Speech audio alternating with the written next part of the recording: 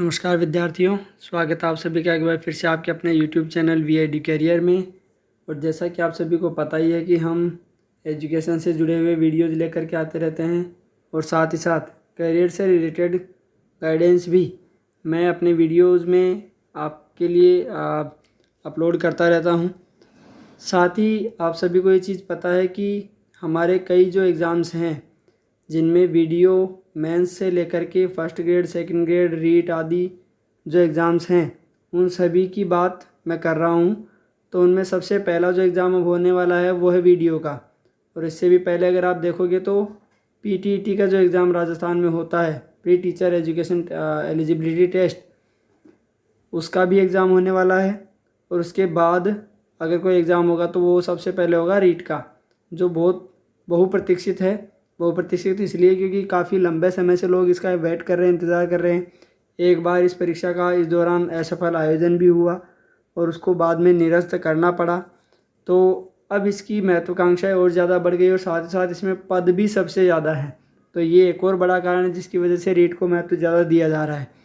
उसके बाद आने वाली जो परीक्षाएँ हैं उन परीक्षाओं में सबसे पहले आयोजित होने वाली जो परीक्षा है वो रहेगी आपकी फर्स्ट ग्रेड की, जिसका टाइम पीरियड जो है वो अक्टूबर का है।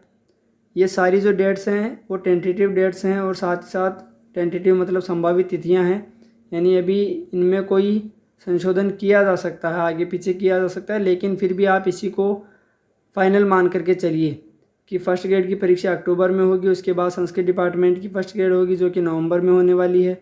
उसके बाद दिसंबर में सेकंड ग्रेड की वैकेंसी है जिसकी एग्ज़ाम होगी। और फिर जनवरी में थर्ड ग्रेड की जो वैकेंसी है उसकी एग्ज़ाम होगी। उसके बाद जनवरी या फरवरी में सेकंड ग्रेड जो संस्कृत डिपार्टमेंट की है उसका एग्ज़ाम होने वाला है। तो कुल मिलाकर के लगातार हर महीने आपको कोई ना कोई एग्ज़ाम देना ही है।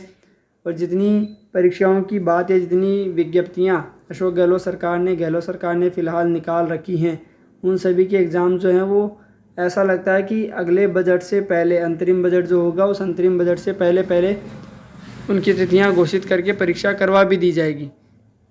साथ ही साथ अगर आप रीट में आवेदन करने वाले हैं, आप रीट की परीक्षा देने वालों में से हैं, तो आप RSCIT का कोर्स ज़रूर कर लें।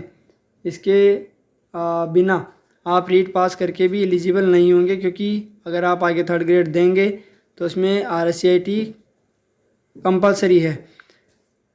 तो ये तो बात रही हमारे वीडियोज़ में बताई जाने वाली करियर रिलेटेड बातों के बारे में।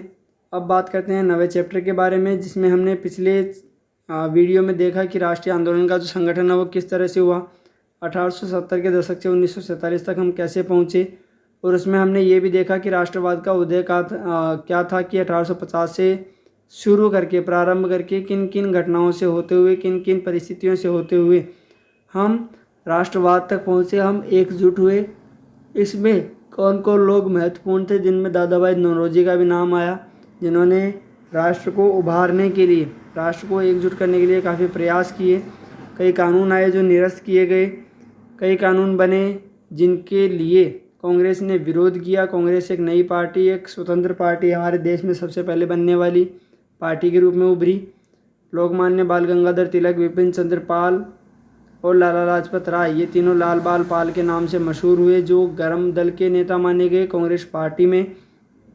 और इसी में अंत में हमने देखा था कि 1907 में कांग्रेस टूट गई थी, यानी इसमें दो दल बन गए थे, एक गर्म दल और एक नरम दल। लेकिन 1915 में दोनों खेमे वापस एक हो गए, दोनों में फिर से एकता स्थापित हो गई और कांग्रेस फिर से एकजुट हो गई। आज हम जिस टॉपिक के साथ शुरू करने जा रहे हैं, आज हम जिस बिंदु के साथ शुरू करने जा रहे हैं वो है जन राष्ट्रवाद का उदय। जन राष्ट्रवाद से उदय मतलब ये कि लोगों में ये जन राष्ट्रवाद की भावना कैसे पनपी। तो 1919 के बाद अंग्रेज़ों के खिलाफ चल रहा संघर्ष धीरे धीरे एक आंदोलन में तब्दील होने लगा, क्योंकि एक घटना थी 1909 की और दूसरी घटना थी 1919 की, जिसमें उन्होंने आरक्षण से लेकर के सांप्रदायिक आधार पर हम लोगों को बांटने का प्रयास किया। किसान, आदिवासी, विद्यार्थी और महिलाएं बड़ी संख्या में इस आंदोलन से जुड़ते गए। कई बार औद्योगिक मजदूरों ने भी आंदोलन में योगदान दिया। 20 के दशक से कुछ खास व्यावसायिक समूह भी कांग्रेस को सक्रिय समर्थन देने लगे थे। तो ऐसा क्यों हुआ, क्या कारण रहा जिसके पीछे, या जिसकी वजह से व्यावसायिक जो समूह हैं, व्यापारिक जो समूह हैं, वे भी कांग्रेस के साथ में आ गए, समर्थन में आ गए। ऐसी कोई तो बात रही होगी, कोई तो घटना घटी होगी जिसकी वजह से ऐसा हुआ, तो उसके बारे में पढ़ लेते हैं। पहले विश्व युद्ध ने भारत की आर्थिक और राजनीतिक स्थिति बदल दी, जो कि 1914 से लेकर के 18 तक चला था, तो इसीलिए इसको 20 का दशक कहा गया। इस युद्ध की वजह से ब्रिटिश भारत सरकार के रक्षा व्यय में भारी इजाफा हुआ, क्योंकि ब्रिटिश जो लोग थे या ब्रिटिश सरकार जो थी वो अपने रक्षा के मद्देनज़र उस पर खर्च बढ़ा रही थी। इस खर्चे को निकालने के लिए सरकार ने निजी आय और व्यावसायिक मुनाफे पर कर बढ़ा दिया। सैनिक व्यय में इजाफे तथा युद्धक आपूर्ति की वजह से ज़रूरती कीमतों की चीज़ों में भारी उछाल आया और आम लोगों की ज़िंदगी मुश्किल होती गई। दूसरी ओर व्यावसायिक समूह युद्ध से बेहिसाब मुनाफा कमा रहे थे, यानी जितने भी व्यापारी संगठन थे या व्यापारिक फर्में थी, व्यापारिक जो फर्म्स थी, वो इस दौरान काफ़ी मुनाफा कमाने में लगी हुई थी, क्योंकि लोगों को अपना जीवन जीने के लिए आवश्यकता की चीज़ें तो चाहिए ही होंगी, और ऐसे में वो चाहे महंगी मिल रही हो या सस्ती, उनको खरीदना ज़रूरी हो गया था। जैसा कि आप अध्याय 7 में देख चुके हैं, इस युद्ध में औद्योगिक वस्तुओं जैसे जूट के बोरे, कपड़े, पटरियाँ, इन सब की मांग बढ़ा दी गई। इन सब की मांग बढ़ गई क्योंकि आवागमन के लिए, वस्तुओं के आयात निर्यात के लिए, शीघ्रता से एक स्थान से दूसरे स्थान पर पहुंचाने के लिए रेलगाड़ी अच्छा माध्यम था, तो पटरियों की आवश्यकता हुई। अन्य देशों से भारत आने वाले आयात में कमी ला दी थी, यानी जो चीज़ हम भारत से आयात कर रहे थे उसमें कमी कर दी गई ताकि हमारा पैसा बाहर ना जाए। इस युद्ध के दौरान भारतीय उद्योगों का विस्तार हुआ और भारतीय व्यावसायिक समूह विकास के लिए और अधिक अवसरों की मांग करने लगे। युद्ध ने अंग्रेजों को अपनी सेना बढ़ाने के लिए विवश किया। एक विदेशी युद्ध की खातिर गाँवों में सिपाहियों की भर्ती के लिए दबाव डाला जाने लगा। बहुत सारे सिपाहियों को दूसरे देशों में युद्ध के मोर्चों पर भेज दिया गया। इनमें से बहुत सारे सिपाही युद्ध के बाद यह समझदारी लेकर लौटे कि साम्राज्यवादी शक्तियां एशिया और अफ्रीका के लोगों के किस तरह शोषण कर रही हैं। यहाँ साम्राज्यवादी शक्तियों से मतलब है ब्रिटिश सरकार। फलस्वरूप ये लोग भी भारत में औपनिवेशिक शासन का विरोध करने लगे, यानी जो लोग बाहर जाकर के सेना में सेवाएं दे करके वापस लौट रहे थे, उनको ये चीज़ समझ आ चुकी थी कि हम लोग इस तरह से अपने जीवन को पीछे धकेल रहे हैं, या हम दूसरों के अंडर में काम करके, दूसरे के अधिकार में रहते हुए काम करके अपने जीवन को असफल बनाने में लगे हुए हैं। इसके अलावा 1917 में रूस में क्रांति हुई। इस घटना के चलते किसानों और मजदूरों के संघर्षों का समाचार तथा समाजवादी विचार बड़े पैमाने पर फैलने लगे थे, जिससे भारतीय राष्ट्रवादियों को नई प्रेरणा मिलने लगी। महात्मा गांधी का आगमन। अब ये जो 1870 से शुरू होकर के जो घटनाक्रम चल रहा है, उसमें महात्मा गांधी का आगमन किस तरह से हुआ, क्योंकि 1869 में आपने पढ़ा होगा, 1869 में 2 अक्टूबर को महात्मा गांधी का जन्म हुआ, और उसके बाद किस तरह से वे भारतीय राजनीति में शामिल हुए, क्योंकि वे एक बार विदेश में पढ़ने भी गए और उसके बाद वापस लौट करके उन्होंने बैरिस्ट्री की पढ़ाई करने के लिए वापस हुए इंग्लैंड गए। इस तरह से घटनाक्रम उनका चला था। इन्हीं हालात में महात्मा गांधी एक जननेता के रूप में सामने आए। गांधी जी 46 वर्ष की उम्र में 1915 में दक्षिण अफ्रीका से भारत लौटे थे। बैरिस्ट्री की पढ़ाई करने के बाद उनको दक्षिण अफ्रीका जाने का मौका मिला था। वे वहां पर नस्लभेदी पाबंदियों के खिलाफ अहिंसक आंदोलन चला रहे थे और अंतर्राष्ट्रीय स्तर पर उनकी अच्छी मान्यता थी और लोग उनका आदर करते थे। दक्षिण अफ्रीकी आंदोलनों की वजह से उन्हें हिंदू, मुसलमान, पारसी और ईसाई, गुजराती, तमिल और उत्तर भारतीय, उच्च वर्गीय व्यापारी, वकील और मजदूर सब तरह के भारतीयों से मिलने जुलने का मौका मिल चुका था। यानी जो दक्षिण अफ्रीका में उन्होंने आंदोलन चलाया, अहिंसक आंदोलन जो चलाया, उसकी वजह से उनको अंतर्राष्ट्रीय स्तर पर काफ़ी बड़ी पहचान मिली।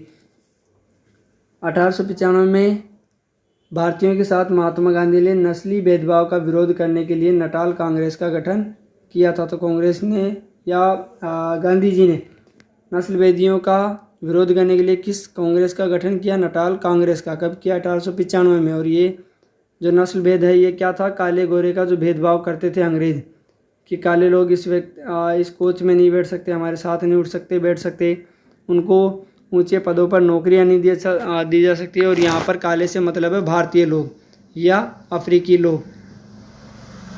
तो महात्मा गांधी ने पहले साल पूरे भारत का दौरा किया। इस दौरान वे यहाँ के लोगों, उनकी ज़रूरतों और हालात को समझने में लगे रहे।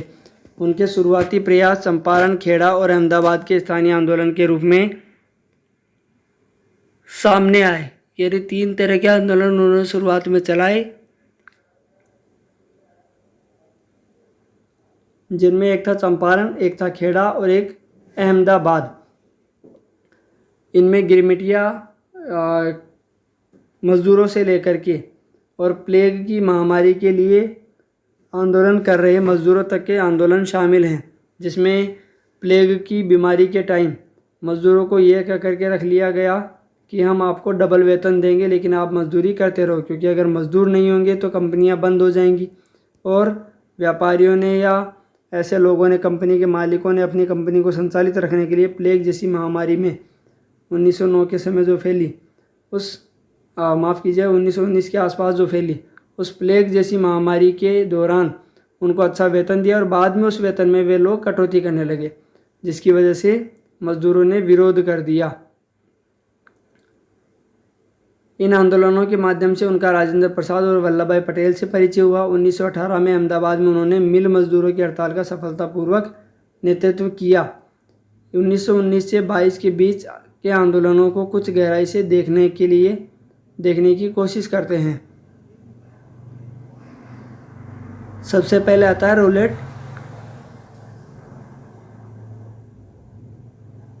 तो सबसे पहले आता है रोलेट सत्याग्रह। अब ये रोलेट सत्याग्रह था क्या? इसमें इसको काले कानून की संज्ञा भी दी गई। क्यों दी गई? क्योंकि इसमें ऐसा नियम बना दिया अंग्रेज़ों ने कि किसी भी व्यक्ति को अगर अंग्रेज़ अधिकारी, अंग्रेज़ सिपाही गिरफ्तार करना चाहें किसी भी भारतीय को, तो बिना किसी तरह की जांच पड़ताल के या बिना किसी तरह के वारंट के वे उसे जाकर के गिरफ्तार कर सकते थे।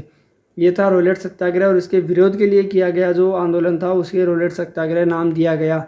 तो 1919 में गांधी जी ने अंग्रेज़ों द्वारा हाल ही में पारित किए गए रोलेट कानून के खिलाफ सत्याग्रह का आह्वान किया।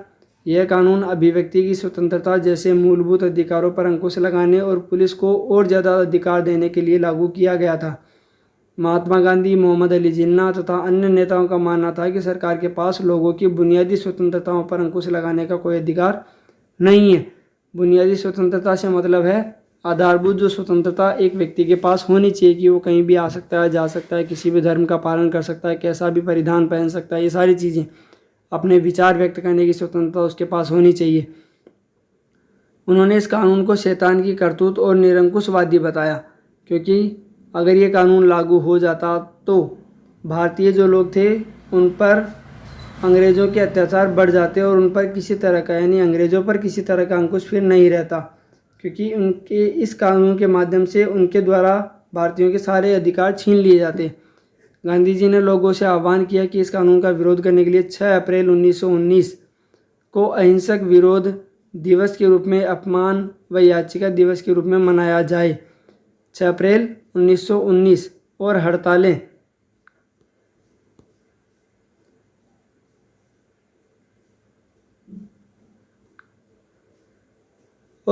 की जाए। आंदोलन शुरू करने के लिए सत्याग्रह सभाओं का गठन किया जाए। रोलेट सत्याग्रह ब्रिटिश सरकार के खिलाफ पहला अखिल भारतीय संघर्ष था।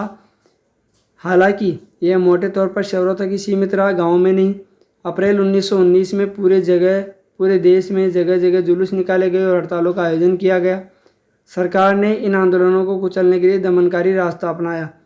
वैसाखी, जो कि 13 अप्रैल 1919 को थी, के दिन अमृतसर में जनरल डायर द्वारा जलियांवाला बाग में किया गया हत्याकांड इसी दमन का हिस्सा था। इसमें हुआ क्या था कि ये जो रोलेट सत्याग्रह है, इसका विरोध करने के लिए 13 अप्रैल 1919 को लोग अमृतसर के जलियांवाला बाग मैदान में उपस्थित थे। शांतिपूर्वक वे लोग अपना विरोध दर्ज करवा रहे थे, लेकिन जनरल डायर ने उन पर गोलियां दागना शुरू कर दिया। जनसंहार पर रविंद्रनाथ टैगोर ने अपनी पीड़ा और गुस्सा जताते हुए नाइटहुड की उपाधि उन्हें वापस लौटा दी। अंग्रेज़ों के द्वारा रविंद्रनाथ टैगोर को प्रदान की गई ये एक उपाधि थी जिसको नाइटहुड की उपाधि कहा जाता है, और वो उन्होंने वापस लौटाई। किस बात के लिए? 13 अप्रैल को आयोजित किए जा रहे जलियांवाला बाग जो सम्मेलन था, उसमें गोलियां चलाने के कारण, निर्दोष लोगों को मारे जाने के कारण ब्रिटिश राजा रानी की तरफ से किसी व्यक्ति की अप्रतिम व्यक्तिगत सफलताओं या जनसेवा के लिए दी जाने वाली उपाधि थी। कौन सी?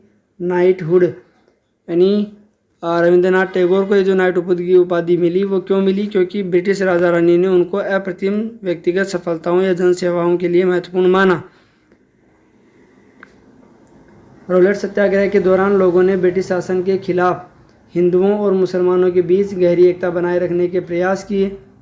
महात्मा गांधी भी यही चाहते थे कि हिंदू और मुस्लिमों में एकता बनी रहे। उनकी राय में भारत यहाँ रहने वाले सभी लोगों यानी हिंदुओं, मुसलमानों और अन्य धर्मों के लोगों का देश है।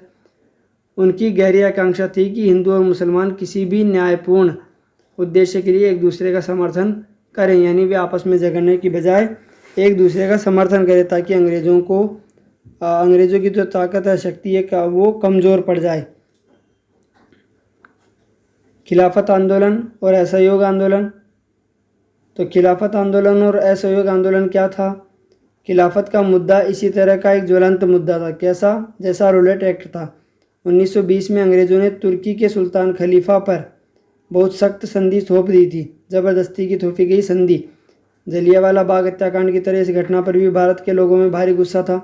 भारतीय मुसलमान यह भी चाहते थे कि पुराने ओटोमन साम्राज्य में स्थित पवित्र मुस्लिम स्थानों पर खलीफा का नियंत्रण बना रहना चाहिए।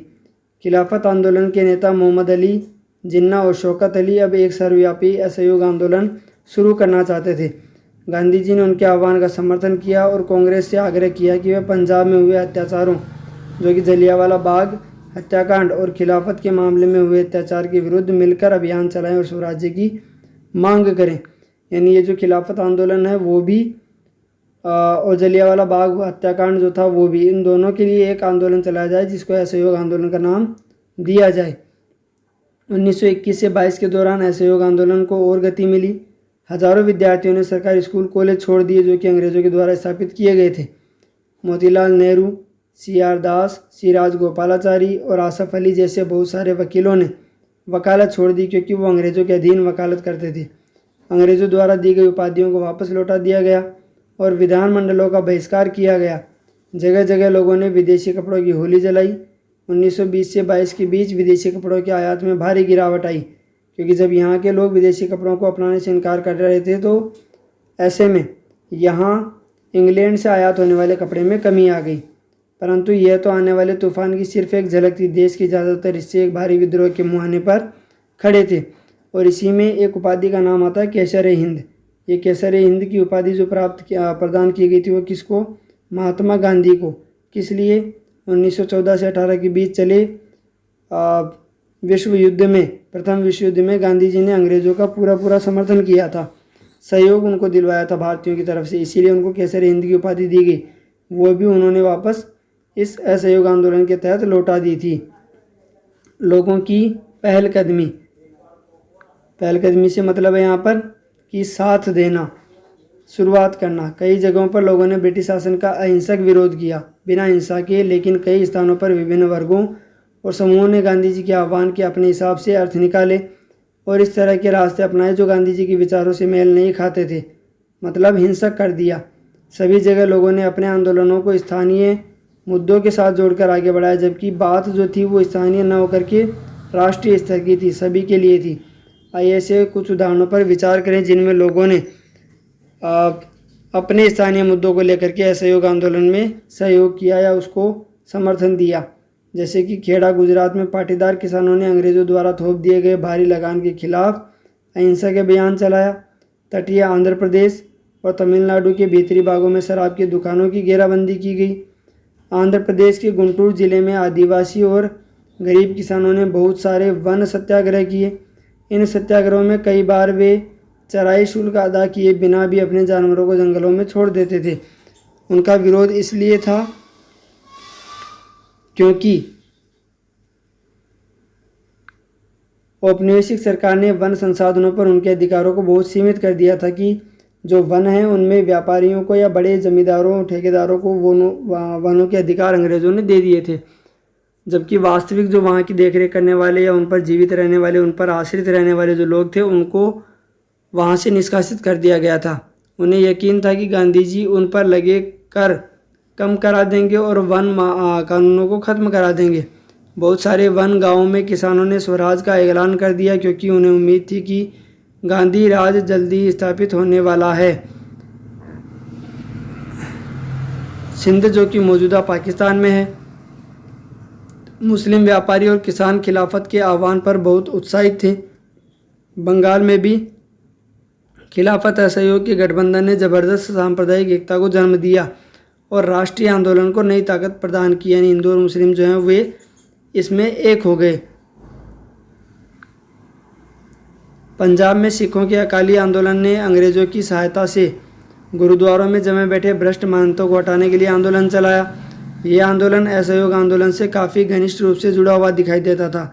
असम में गांधी महाराज की जय के नारे लगाते हुए चाय बागान मजदूरों ने अपनी तनख्वाह में इजाफे की मांग शुरू की। उन्होंने अंग्रेजी स्वामित्व वाले बागानों की नौकरी छोड़ दी। उनका कहना था कि गांधी जी भी यही चाहते हैं। उस दौर के बहुत सारे असमिया वैष्णव गीतों में कृष्णा की जगह गांधी राज का यशगान किया जाने लगा। यानी ये जो आंदोलन चलाया गया असहयोग आंदोलन, ये वास्तव में तो था पूरे देश के लिए कि पूरे राष्ट्र को एकता के सूत्र में पिरोते हुए पूरे देश के लिए आंदोलन चलाया जाए, लेकिन हर एक क्षेत्र पर वहाँ रहने वाले लोगों ने अपने अपने हिसाब से अपनी अपनी मांगों के लिए आंदोलन चलाया, जिसको असहयोग आंदोलन का नाम दे दिया गया। घेराबंदी क्या है? लोगों को किसी इमारत या दुकान में जाने से रोकने के लिए किया जाने वाला विरोध प्रदर्शन घेराबंदी है, जैसे कि शराब की दुकानों में जाने से रोकने के लिए भारतीयों ने उस वक्त किया। महंत सिख गुरुद्वारों के धार्मिक कारतादरता और गैरकानूनी बेदखली, पटाईदारों को उनके पट्टे से जबरन और गैरकानूनी ढंग से निकाल देना क्या है? गैरकानूनी बेदखली, यानी जिसका अधिकार उस जगह पर है उसकी बजाय किसी दूसरे उसी व्यक्ति को वहाँ पर जाने से रोकना, ये गैरकानूनी है। महात्मा गांधी की जनता से उपजी एक छवि। जनता से उपजी छवियों में भी महात्मा गांधी को अक्सर एक देवी शक्ति के रूप में दिखाया जाता रहा है। इस तस्वीर में वह कृष्ण के सारथी बने हैं, मार्गदर्शन कर रहे हैं। वह अंग्रेजों के खिलाफ युद्ध में अन्य राष्ट्रवादी नेताओं का मार्गदर्शन कर रहे हैं। जैसा कि इसमें दिखाया गया कि महात्मा गांधी जो हैं वे भगवान कृष्ण के सारथी बने हैं और साथ में बाकी के सारे सुभाष चंद्र बोस वगैरह को, पंडित जवाहरलाल नेहरू वगैरह को दिखाया गया है कि वे जो हैं उस वक्त सबसे ज़्यादा महत्वपूर्ण व्यक्तित्व थे। कौन? महात्मा गांधी। जनता के महात्मा। इन उदाहरणों के आधार पर हम देख सकते हैं कि कई जगह के लोग गांधी जी को एक तरह का मसीहा, एक ऐसा व्यक्ति मानते थे जो उन्हें मुसीबतों और गरीबी से छुटकारा दिला सकता है। क्योंकि पहले हमने पढ़ा कि खेड़ा आंदोलन, सत्याग्रह या फिर चंपारण का सत्याग्रह देख लीजिए, उन सभी में महात्मा गांधी ने गरीबों के हित में काम किया, भारतीयों के हित में काम किया। गांधी जी वर्गीय टकरावों की बजाय वर्गीय एकता के समर्थक थे, किंतु किसानों को लगता था कि गांधी जी जमींदारों के खिलाफ उनके संघर्ष में मदद देंगे। खेतिहर मजदूरों को यकीन था कि गांधी जी उन्हें ज़मीन दिला देंगे। कई बार आम लोगों ने खुद अपनी उपलब्धियों का श्रेय भी गांधी जी को दिया, यानी किसी तरह की उपलब्धि अगर किसी को हुई है, प्राप्त हुई है, तो वो उसमें गांधी जी को श्रेय देते थे कि ये सब गांधी जी की वजह से हुआ है।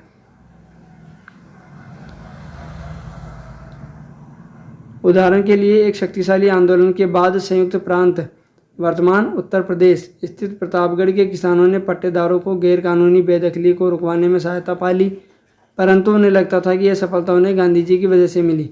यानी उनको ऐसा लगता था कि असहयोग आंदोलन जो चला वो प्रतापगढ़ के किसानों को गैरकानूनी जो बेदखली है उससे रुकवाने के लिए चलाया गया था, और ऐसे में वो उसका श्रेय किसको दे रहे हैं? गांधी जी को।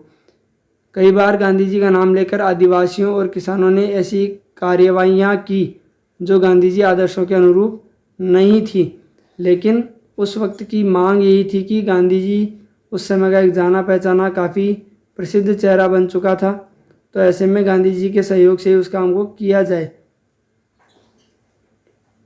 आगे 1922 से 1929 की घटनाएं।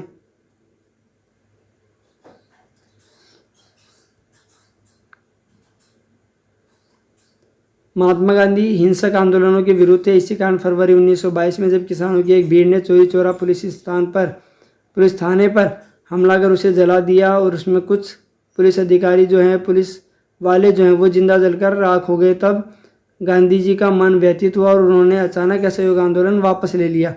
उस दिन 22 पुलिस वाले मारे गए। किसान इसलिए बेकाबू हो गए थे क्योंकि पुलिस ने उनके शांतिपूर्ण जुलूस पर गोलियां चला दी थी। लेकिन गांधी जी का मानना यह था कि सामने वाला मतलब अंग्रेज चाहे हम पर कितने भी अत्याचार या जुल्म क्यों ना करें, हमें अपना आंदोलन शांतिपूर्ण तरीके से ही करना है।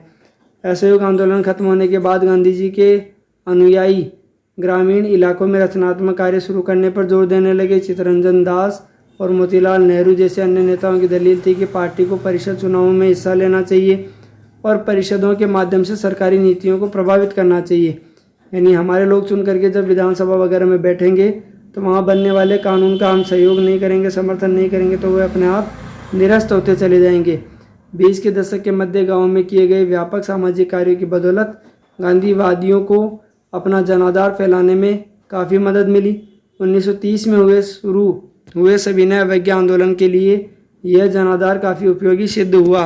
यानी 22 के बाद 30 तक लगभग 8 सालों में कांग्रेस ने जितना समर्थन लोगों का प्राप्त किया वो काफ़ी महत्वपूर्ण रहा। भारतीय कम्युनिस्ट पार्टी और हिंदुओं के संगठन राष्ट्रीय स्वयंसेवक संघ की स्थापना 20 के दशक के मध्य की 2 महत्वपूर्ण घटनाएं थी। भारत के भविष्य को लेकर इन पार्टियों की सोच में गहरा फर्क था। अपने अध्यापकों की सहायता से उनके विचारों के बारे में पता लगाएं कि ये जो आरएसएस और भारतीय कम्युनिस्ट पार्टी बनी, इन दोनों के विचारों में क्या फ़र्क था। उसी दौरान क्रांतिकारी राष्ट्रवादी भगत सिंह भी सक्रिय थे। इस दशक के